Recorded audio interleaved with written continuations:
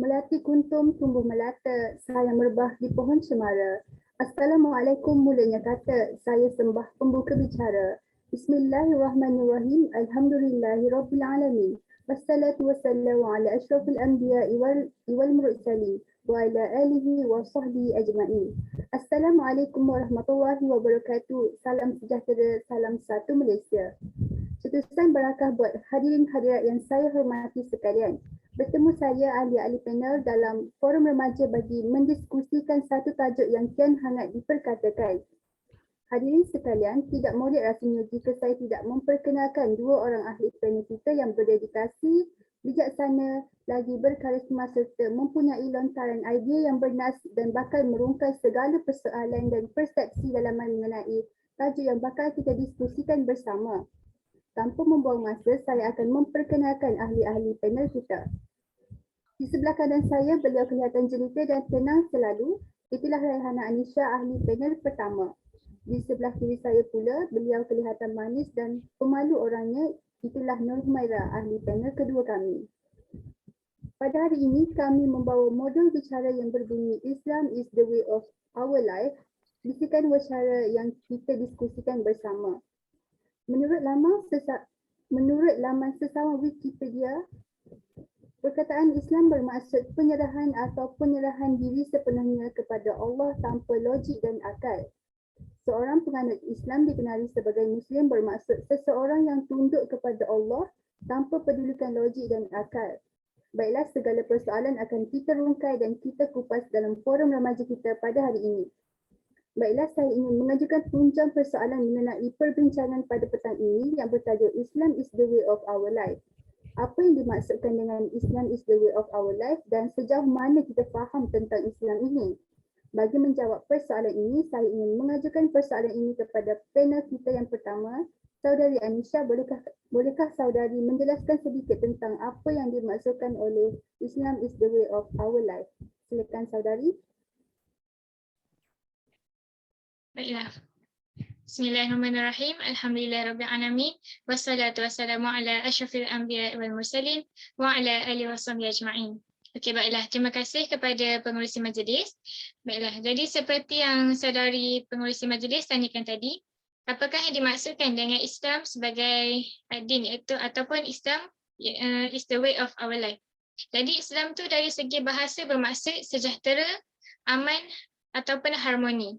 Islam juga tidak disebarkan dengan keganasan seperti yang digembar-gemburkan oleh media sosial barat.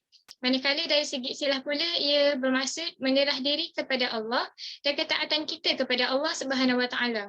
Jadi ada satu hadis daripada riwayat Muslim iaitu Sayyidina Umar Al-Khattab radhiyallahu anhu berkata, suatu ketika kami para sahabat duduk di dekat Rasulullah sallallahu alaihi wasallam, tiba-tiba muncul kepada kami seorang lelaki mengenakan pakaian yang sangat putih dan rambutnya amat hitam. Tak terlihat padanya tanda-tanda bekas perjalanan dan tak ada seorang pun di antara kami yang mengenalnya. Ia segera duduk di hadapan Nabi, lalu lututnya disandarkan kepada lutut Nabi dan meletakkan kedua tangannya di atas kedua paha Nabi. Kemudian ia berkata, "Hai Muhammad, beritahukan kepadaku tentang Islam." Rasulullah SAW menjawab, Islam adalah engkau bersaksi tidak ada yang berhak diibadahi dengan benar melainkan hanya Allah Subhanahu Wa Taala dan sesungguhnya Muhammad adalah Rasul Allah, menegakkan solat, menunaikan zakat, berpuasa di bulan Ramadan dan engkau menunaikan haji ke Baitullah jika engkau telah mampu melakukannya. Lelaki itu berkata, engkau benar. Hadis riwayat Muslim nombor 8. Okay, jadi kemudian kita tengok pula maksud ad-din dari segi bahasa. Ad-din ini bermaksud agama. Jadi ad-din itu adalah satu cara hidup atau pegangan hidup. Oleh itu, maksud Islam sebagai ad-din ialah satu cara hidup yang lengkap yang meliputi setiap aspek kehidupan. Kenapa? Kerana agama Islam ni adalah agama yang syumul. Syumul ni bermaksud dia menyeluruh ataupun lengkap sempurna. Jadi Islam ni dah lengkap dah. Dari kita bangun tidur sehinggalah kita tidur balik, semua dah ada dah panduannya. Sebab itulah kita cakap Islam is the way of life. Okay, di samping itu, Islam itulah yang menjamin kehidupan kita sama ada di dunia maupun di akhirat. Jadi firman Allah di dalam Al-Quranul Karim, dalam surah Al-Imran ayat yang ke-19, A'udzubillahi minasyaitonirrajim. Inna dina indallahi al-Islam. yang bermaksud sesungguhnya agama di sisi Allah ialah Islam. Berdasarkan ayat ini, kita boleh faham bahawa hanya agama Islam yang Allah redha dan Allah terima. Jadi itu sahaja daripada saya. Terima kasih. Ulasan pendapat yang begitu benar sekali saudari. Namun benar seperti apa yang saudari katakan sebentar tadi, Allah Subhanahu Wa Taala menjelaskan Islam adalah agama yang diredainya. Apabila Allah Subhanahu Wa Taala redha, maka segala yang termaktub sebagai ajaran Islam adalah benar dan tiada keraguan padanya. Firman Allah Subhanahu Wa Taala dalam Al-Quran bermaksud sesungguhnya agama yang benar dan diredai di sisi Allah ialah Islam. Surah Ali Imran ayat 19. Saya ingin bertanya kepada saudari Nur Humairah pula. Baiklah saudari, pada pendapat saudari, apakah yang dimaksudkan dengan topik kita bincangkan pada hari ini iaitu Islam is the way of our life. Silakan wahai saudari. Bismillahirrahmanirrahim. Pertama sekali, syukur kehadrat ilahi atas peluang untuk bernafas pada hari ini dan pada saat ini dan mampu untuk ilmu. Saya ingin mengucapkan ribuan terima kasih kepada pengerusi majlis atas soalan yang diajukan. Seperti yang sudah dijelaskan oleh saudari Rayhana Anisha sebentar tadi berkenaan apakah topik yang dibincangkan ini iaitu Islam is the way of life, dapat kita fahami bahawa secara ringkasnya agama Islam ini ialah sebaik-baik agama dalam kehidupan. Seperti yang telah kita ketahui, dulu sudah banyak menggambarkan kesyumulan atau kesempurnaan agama Islam ini, khususnya Nabi Muhammad itu sendiri, ataupun kita mengatakan bahawa Nabi Muhammad ini ialah kunah kepada umat Islam. Antara salah satu aspek yang ditunjukkan oleh baginda ialah dari aspek akidah. Akidah bermaksud iman atau kepercayaan kepada Allah yang ucapan dua kalimah syahadah. Ia merupakan inti dasar kepada kewujudan tamadun Islam. Apabila seseorang individu itu beriman kepada Allah, dia boleh terkandung dalam tuntutan syahadatan yang diucapkannya. Seseorang yang berakidah Islam harus faham bahawa dengan menyebut dua kalimah syahadah tadi telah menyebabkan dirinya terikat dengan tanggungjawab serta menghadap Allah. Bukan sekadar ketaatan yang mutlak kepada Allah sahaja, bahkan seseorang yang mengaku berakidah Islam mesti menjadikan seluruh jiwa raganya serta hidup dan matinya untuk Allah semata-mata serta untuk unsur syirik dan menyekutukan Allah dengan sesuatu yang lain dalam pelbagai bentuk dan corak. Sebagai contoh, pelbagai tuhmahan dilemparkan sepanjang perjalanan dakwah baginda Nabi Muhammad SAW. Antaranya ialah baginda dilemparkan gelaran yang boleh membuatkan orang ramai tidak percaya terhadap diri baginda. Perkara itu telah dirakamkan Allah di dalam Al-Quran yang bermaksud, dan mereka Nabi Muhammad itu berasa hairan bahawa mereka didatangi seorang rasul pemberi amaran daripada kalangan mereka sendiri. Dan mereka yang kafir itu berkata, orang ini adalah seorang ahli sihir lagi pendusta. Ayat itu daripada ayat surah Sad ayat keempat. Baginda bukan sekadar dilemparkan gelaran buruk, malah baginda juga pernah dipulaukan penduduk Mekah selama beberapa tahun bersama pengikutnya yang beriman. Namun segala tuhmahan, cacian dan kehalangan yang dihadapi oleh Rasulullah langsung tidak menjejaskan akidah baginda. Keimanan baginda terhadap Allah sangat dalam dan patut dicontohi oleh masyarakat agar tidak mudah futur atau jatuh sekiranya ditimpa sebarang halangan dalam melakukan kebaikan, lebih-lebih lagi jika ia berniat lillahi ta'ala. Itu sahaja sedikit sebanyak pencerahan baginda sallallahu alaihi wasallam daripada saya. Terima kasih. Terima kasih kepada ahli panel kedua atas lontaran maksud Islam is the way of our life yang merupakan tajuk perbincangan forum kita pada petang ini. Sebentar tadi ahli panel kedua kita ada menyatakan bahawa akidah adalah aspek yang penting bagi umat Islam kerana ia merupakan inti dasar yang utama bagi kewujudan tamadun Islam. Akidah adalah tunjang kesatuan. Allah Subhanahu Wa Taala menegaskan tentang kepentingan menjaga akidah melalui firman-Nya yang bermaksud orang-orang yang beriman dan tidak mencampur adukkan iman mereka dengan kezaliman iaitu syirik, Mereka itulah orang-orang yang mendapat keamanan dan merekalah orang-orang yang mendapat hidayah dan petunjuk, iaitu dari surah Al-An'am ayat 82. Terima kasih saudari Nur Humaira atas ulasan yang panjang lebar tentang tajuk forum yang kita bincangkan pada hari ini. Oleh itu, soalan saya yang seterusnya kepada ahli panel pertama, saudari Raihana Anisha, apakah hukum jika kita memaksa seseorang itu untuk memeluk Islam? Okey, baiklah. Terima kasih kepada saudari pengerusi. Jadi soalannya, apakah hukum jika kita memaksa orang untuk memeluk Islam? Okey, jawapannya adalah tidak boleh. Dalam Al-Quran surah Al-Baqarah ayat yang ke-256 iaitu A'udzubillahi minasyaitonirrajim. La ikraha fid-din qad tabayyana ar-rushd minal ghayy faman yakfur bit-taghut wa yu'min billahi faqad istamsaka bil-'urwatil wuthqa la infisama laha wallahu samii'un 'alim. Yang bermaksud tidak ada paksaan dalam agama Islam kerana sesungguhnya telah nyata kebenaran Islam dari kesesatan kufur. Oleh itu, sesiapa yang tidak percayakan taghut dan ia pula beriman kepada Allah, maka sesungguhnya ia telah berpegang kepada simpulan tali agama yang teguh dan tidak akan putus. Dan ingatlah, Allah Maha mendengar lagi Maha mengetahui. Jadi, ada kisah yang terjadi pada zaman Rasulullah SAW yang menyebabkan ayat ini diturunkan oleh Allah Subhanahu Wa Taala. Jadi Ibnu Jarir At-Tabari meriwayatkan daripada Ibnu Abbas, katanya ayat 256 ini diturunkan berhubung satu peristiwa yang membabitkan seorang lelaki daripada kaum Ansar. Daripada kaum Ansar suku Bani Salim yang bernama Al-Husain yang mempunyai dua orang anak lelaki yang beragama Nasrani sedangkan dia beragama Islam. Jadi pada suatu hari Al-Husain datang menemui Rasulullah SAW dan bertanya, bolehkah saya paksakan dua anak saya itu supaya mereka ni memeluk Islam kerana mereka tidak sukakan Islam dan mahu kekal beragama Nasrani. Lalu Allah Subhanahu Wa Taala menurunkan ayat tadi bahawa masyarakat Islam ditegakkan di atas asas kebebasan, kedamaian dan kesejahteraan sejagat. Seluruh ajarannya adalah satu sistem hidup yang syumul, menjamin kedamaian serta melindungi keselamatan nyawa, darah dan harta benda warga masyarakatnya.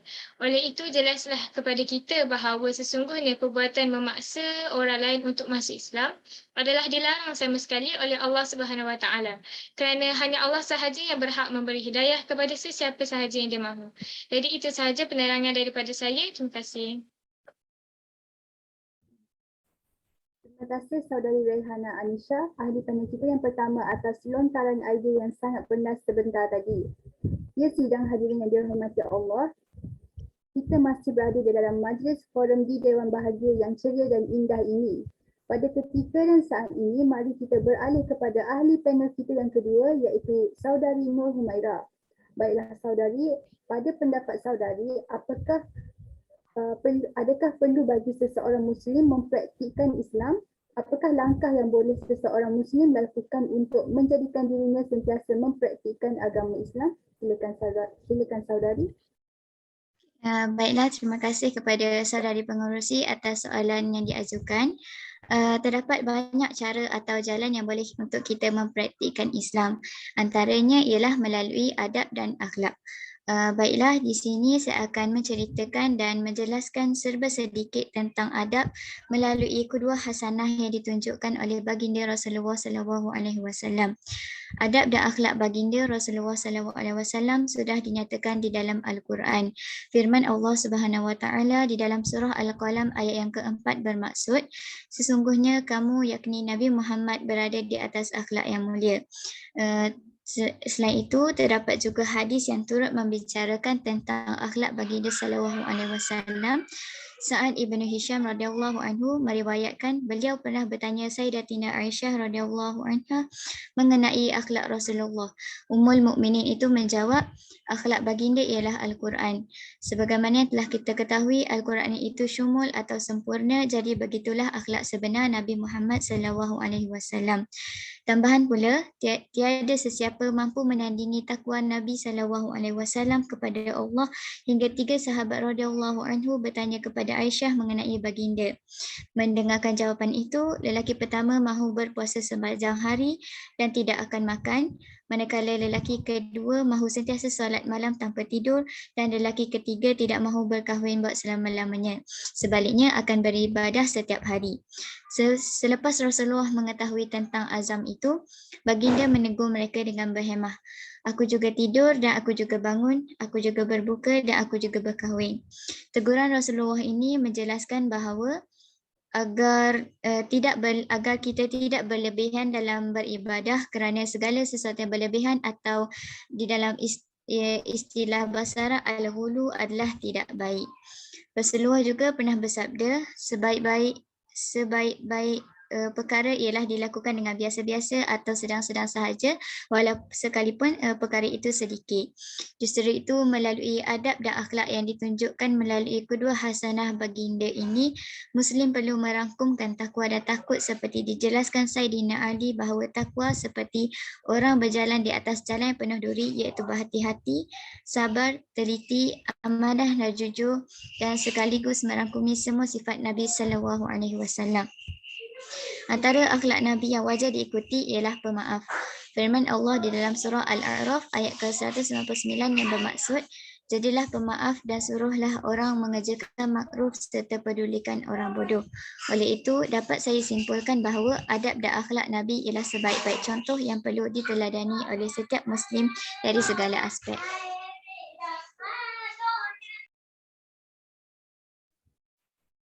Terima kasih saudari Nur Humaira, ahli panel kita yang kedua yang sudi berkongsi peristiwa yang menunjukkan akhlak Nabi Muhammad SAW adalah sebaik-baik contoh kepada umat Islam. Saya sangat tertarik dengan olahan yang dikemukakan oleh saudari Nur Humaira sebentar tadi, yang mana beliau banyak mengemukakan sifat-sifat mulia Nabi Muhammad SAW. Saudari pengerusi, izinkan saya menyuarakan buah fikiran tambahan tentang keistimewaan agama Islam untuk mengukuhkan lagi perbincangan tentang topik kita pada hari ini yang berbunyi Islam is the way of our life. Silakan saudari Raihana Anisha, kita masih berada di dalam topik berkenaan tajuk yang kita bincangkan. Baiklah. Terima kasih saudari pengerusi. Jadi sebenarnya untuk menerangkan, saya ingin bicaralah bahawa terdapat banyak keistimewaan agama Islam kerana Islam itu indah. Ada banyak keistimewaan yang ada pada Islam ini, tidak ada pada agama yang lain. Kalau saya nak sebutkan satu-satu tu memang tak cukup masa sebab terlalu banyak. Jadi sekarang ni saya hanya akan sebutkan beberapa sahajalah untuk membuka mata semua bahawa agama Islam ni sangat-sangat special. Jadi jika kita tengok sahaja nama agama Islam, nama agama ini iaitu agama Islam, kita dah boleh tahu dah bahawa ini adalah agama yang istimewa. Kerana perkataan Islam itu sendiri tidak ada hubung kait sama ada dalam kalangan individu, golongan maupun tempat yang tertentu. Jadi penurunan Islam ini kepada umat manusia merupakan hikmah yang paling besar dan tertinggi daripada Allah SWT. Maka Islam itu disebutkan sebagai agama wahyu. Selain itu, Islam juga datang dalam keadaan asing dengan masyarakat Arab pada ketika itu yang sudah lama hidup dalam keadaan jahiliah dan jauh daripada panduan agama Samawi yang benar. Jadi bagi mereka, Islam ni datang membawa perubahan kepada agama nenek moyang mereka. Tetapi dengan izin Allah, agama Islam dapat disebarkan dengan meluas sehingga akhirnya Islam ni dapat kembali bertapak di bumi Mekah setelah diusir penduduknya. Tetapi kesemua ini tidak akan terjadi tanpa pertolongan Allah SWT. Baiklah, saya bagikan contoh yang paling dekat dengan kita lah, iaitu tragedi yang telah menimpa umat Islam di Masjid An-Nur Christchurch di New Zealand pada tahun lepas. Jadi ketika kejadian itu, ramai umat Islam yang terkorban kerana mereka telah ditembak oleh golongan yang tidak berperi kemanusiaan. Tetapi dengan kekuasaan Allah SWT, kejadian tersebut telah membuatkan Islam kelihatan tinggi. Kerana ramai yang meletakkan kalung bunga di luar masjid sebagai tanda simpati, dan ada juga orang bukan Islam yang melawat tempat kejadian. Dan selain itu, ketika perhimpunan diadakan di New Zealand, mereka memperdengarkan ayat suci Al-Quran. Malah ketika sidang parlimen, mereka dibacakan ayat Al-Quran dan dibacakan terjemahannya dalam bahasa Inggeris. Jadi dari situ kita dapat lihatlah bahawa Islam ni adalah satu agama yang sangat istimewa dan indah. Jadi itu sahaja daripada saya. Sekian, terima kasih.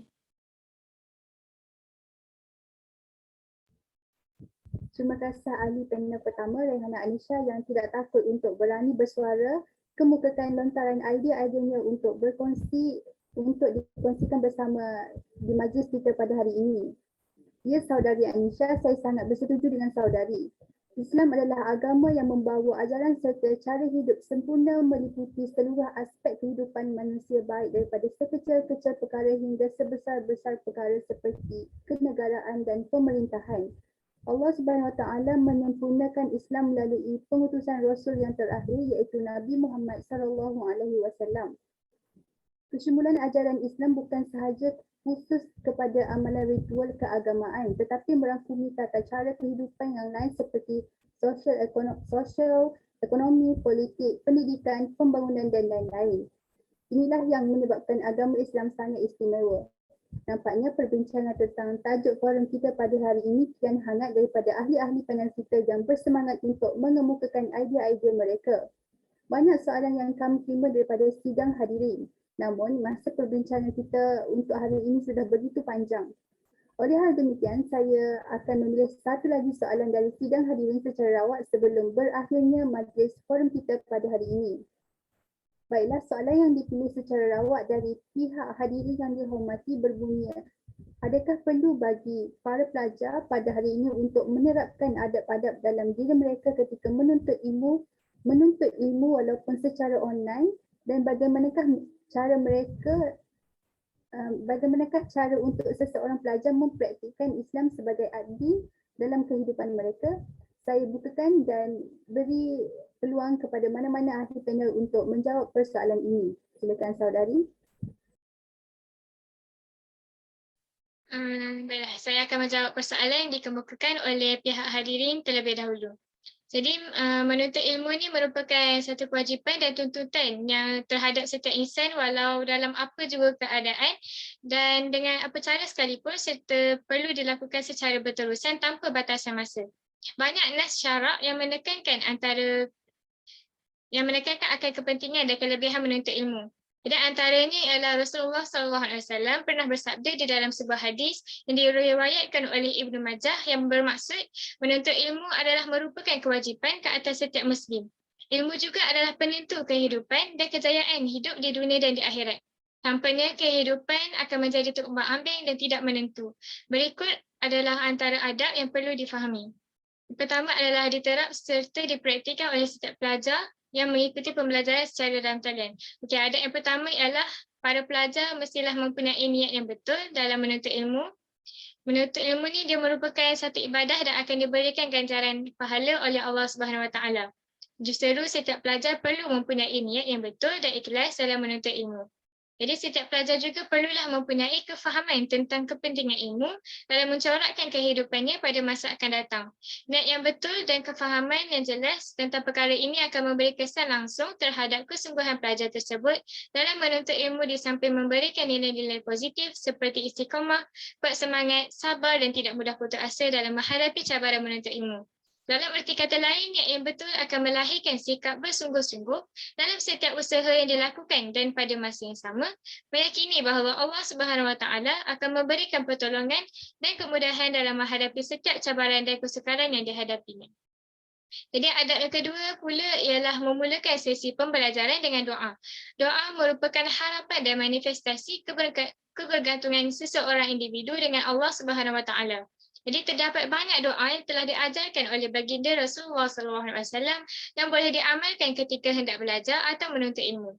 Jadi sebagai pelajar berdoa pada setiap kali sebelum mula belajar sepatutnya dijadikan sebagai amalan bagi memperoleh keberkatan ilmu yang bermanfaat, ketenangan, kemudahan serta kefahaman yang baik dan dijauhkan daripada sifat lupa. Jadi secara keseluruhannya itulah antara adab-adab yang perlu dilakukan oleh para pelajar ketika menuntut ilmu secara dalam talian. Jadi itu sahaja daripada saya. Olahan idea yang begitu menarik daripada saudari Rayhana Anisha. Betul kata saudari, mempunyai niat yang betul dan dalam menuntut ilmu dan memulakan sesi pembelajaran dengan doa merupakan adab yang perlu dilakukan oleh para pelajar agar mereka mempraktikkan Islam sebagai adil dalam kehidupan mereka. Baiklah, ahli panel kedua kita, saudari Nur Humaira. Adakah saudari ingin menambah dan berkongsi dengan kita semua tentang adab yang perlu pelajar lakukan?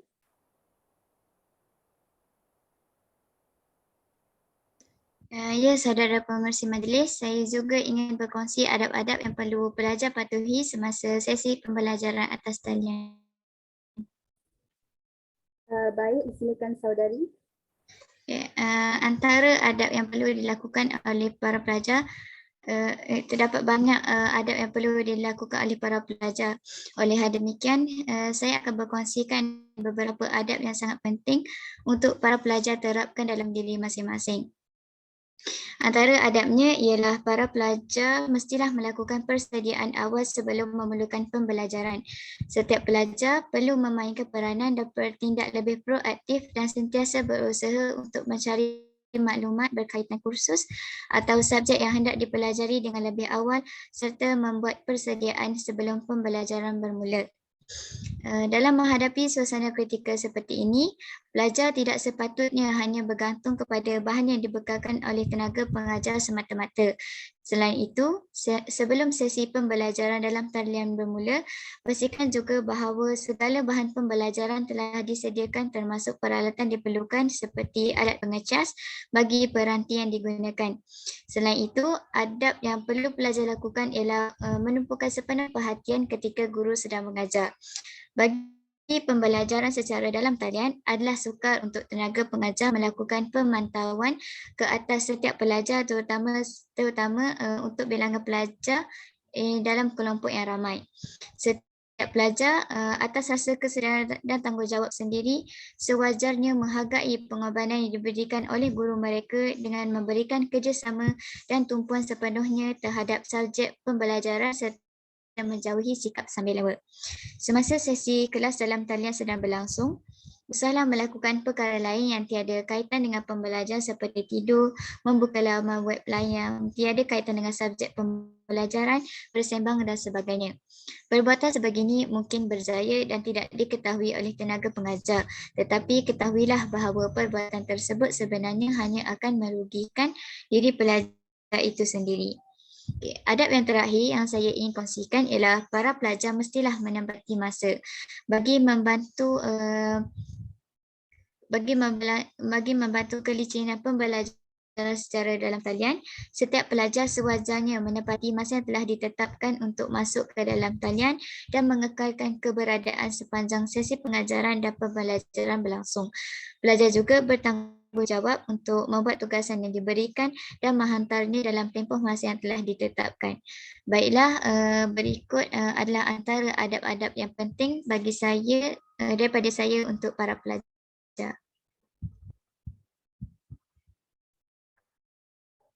Terima kasih saudari Nur Humaira. Adab-adab yang telah dikemukakan dari saudari Raihana Anisha dan saudari Nur Humaira sangat tepat. Terima kasih saudari Raihana Anisha dan saudari Nur Humaira. Menuntut ilmu merupakan kewajipan dan tuntutan terhadap setiap insan walau dalam apa jua keadaan dan dengan apa cara sekalipun, serta perlu dilakukan secara berterusan tanpa batasan masa. Banyak nas syarat yang menekankan akan kepentingan dan kelebihan menuntut ilmu. Antaranya Rasulullah SAW pernah bersabda di dalam sebuah hadis yang diriwayatkan oleh Ibnu Majah yang bermaksud menuntut ilmu adalah merupakan kewajipan ke atas setiap Muslim. Ilmu juga adalah penentu kehidupan dan kejayaan hidup di dunia dan di akhirat. Tanpanya kehidupan akan terumbang-ambing tidak menentu. Al-Quran juga menegaskan bahawa orang yang beriman dan berilmu akan memperoleh kedudukan dan penghormatan yang tinggi di sisi Allah Subhanahu Wa Taala. Firman Allah Subhanahu Wa Taala dalam surah Al-Mujadalah ayat 11, maksud Allah meninggikan darjat atau kedudukan orang-orang yang beriman di antara kamu dan orang-orang yang diberi ilmu pengetahuan beberapa darjat. Dan ingatlah Allah Maha mendalam pengetahuannya tentang apa yang kamu lakukan. Dalam suasana dunia termasuk negara kita yang masih menghadapi ancaman pandemik COVID-19, mahu atau tidak kaedah pengajaran dan pembelajaran terpaksa berubah daripada kaedah pengajaran dan pembelajaran secara bersemuka kepada pembelajaran secara dalam talian. Sekiranya sebelum ini kaedah pengajaran dan pembelajaran secara dalam talian ini bukanlah medium utama dalam pembelajaran, namun pada ketika ini kita tiada pilihan lain selain melaksanakannya di peringkat sekolah rendah, menengah sehinggalah di institusi pengajian tinggi sebagai satu norma atau kelaziman baharu. Dalam pelaksanaan pembelajaran secara dalam talian, sebagaimana pembelajaran secara bersemuka, adab dan etika pembelajaran juga perlu difahami dan diikuti oleh setiap pelajar bagi memastikan proses menuntut ilmu dapat dilaksanakan dengan baik dan mencapai objektifnya. Kegagalan menerapkan kefahaman mengenai adab atau etika yang baik semasa sesi pembelajaran semasa dalam talian serta keperluan mempraktikannya akan mengundang suasana tidak harmoni sekaligus akan mengganggu keberkesanan proses pengajaran dan pembelajaran. Selanjutnya, sebelum mengakhiri perbincangan kita pada hari ini, saya ingin mempersilakan ahli-ahli panel kita untuk merumuskan topik perbincangan kita pada hari ini. Silakan mana-mana saudari. Saudari pengerusi, izinkan saya memulakan rumusan perbincangan kita. Ya, silakan saudari Rehanah. Okay, baiklah. Terima kasih saudari pengerusi. Jadi pada hari ini saya dapat simpulkanlah bahawa Islam itu sangatlah penting dalam kehidupan kita. Tanpa kemunculan agama Islam, sudah pasti kita akan hidup dalam keadaan yang jahiliah seperti masyarakat dahulu. Oleh itu kita haruslah bersyukur akan kedatangan Islam dan menghargai titik perlu Rasulullah SAW dan para sahabat yang bersusah payah berjuang untuk menyebarkan agama Islam ke seluruh dunia. Jadi kita boleh menghargai perjuangan baginda dengan mengamalkan dan mempraktikkan ajaran agama Islam dalam kehidupan kita kerana kesemua panduan telah lengkap diberikan oleh Allah Subhanahu Wa Taala kepada kita. Jadi sebab itulah kita cakap Islam is the way of life. Jadi itu sahaja daripada saya. Terima kasih. Jadi di kesempatan ini saya ingin memohon maaf jika ada tersalah cakap dan semoga kita berjumpa lagi. Sekian, terima kasih. Terima kasih kepada ahli panel pertama. Kita dengar pula rumusan dari ahli panel kita yang kedua. Silakan saudari. Terima kasih saudari pengerusi. Apa yang dapat saya rumuskan daripada forum kita hari ini ialah bahawa sebaik-baik agama di atas muka bumi ini ialah agama Islam. Oleh itu, hendaklah kita menghargai segala pengorbanan yang telah dilakukan oleh baginda sallallahu alaihi wasallam untuk umatnya dapat hidup dalam keadaan nikmat Islam seperti sekarang. Tambahan pula, Islam ini adalah sebuah agama yang tinggi yang lagi maha agung. Tidak ada agama yang lebih baik daripada agama Islam. Allah telah berfirman dalam surah Al-Imran ayat ke-19 yang bermaksud sesungguhnya agama yakni agama yang benar dan diredai di sisi Allah ialah Islam, dan orang-orang Yahudi dan Nasrani yang diberikan kitab itu tidak berselisih mengenai agama Islam dan enggan menerimanya, melainkan setelah sampai kepada mereka pengetahuan yang sah tentang kebenarannya. Perselisihan itu pula semata-mata kerana hasad dengki yang ada dalam kalangan mereka, dan ingatlah sesiapa yang kufur ingkar akan ayat-ayat keterangan Allah, maka sesungguhnya Allah amat segera hitungan hisabnya. Jadi itu saja daripada saya. Wallahu a'lam. Terima kasih saudari Nur Humaira. Demikian tadi rumusan perbincangan daripada semua ahli panel kita tentang Islam is the way of our life. Konklusinya, agama Islam amat penting bagi seluruh orang Muslim kerana kita sebagai Muslim, kita dianjurkan saling mengenali antara satu sama lain dan diperintahkan agar kita memelihara kesatuan dengan berpegang teguh kepada ajaran Islam sebagai pegangan yang menyelamatkan kita daripada siksaan api neraka. Harapan saya forum ini juga mampu memberikan informasi bermanfaat buat semua hadirin yang dihormati. Sidang hadirin yang dihormati, entah sirih salah sarung, entah kata salah tutur, entah maksud salah sampai, terimalah salam bersantun. Salam yang minta maaf, salam yang minta ampun. Saya mewakili semua ahli panel mengucapkan setinggi-tinggi terima kasih kepada semua hadirin yang sudi hadir menyaksikan perbincangan forum pada hari ini. Lantaran keterbatasan waktu, saya mohon mengakhiri bicara ini, selanjutnya mohon mengundur diri. Sekian, wabillahi taufiq wal hidayah. Wassalamualaikum warahmatullahi wabarakatuh. Salam sejahtera, salam satu Malaysia.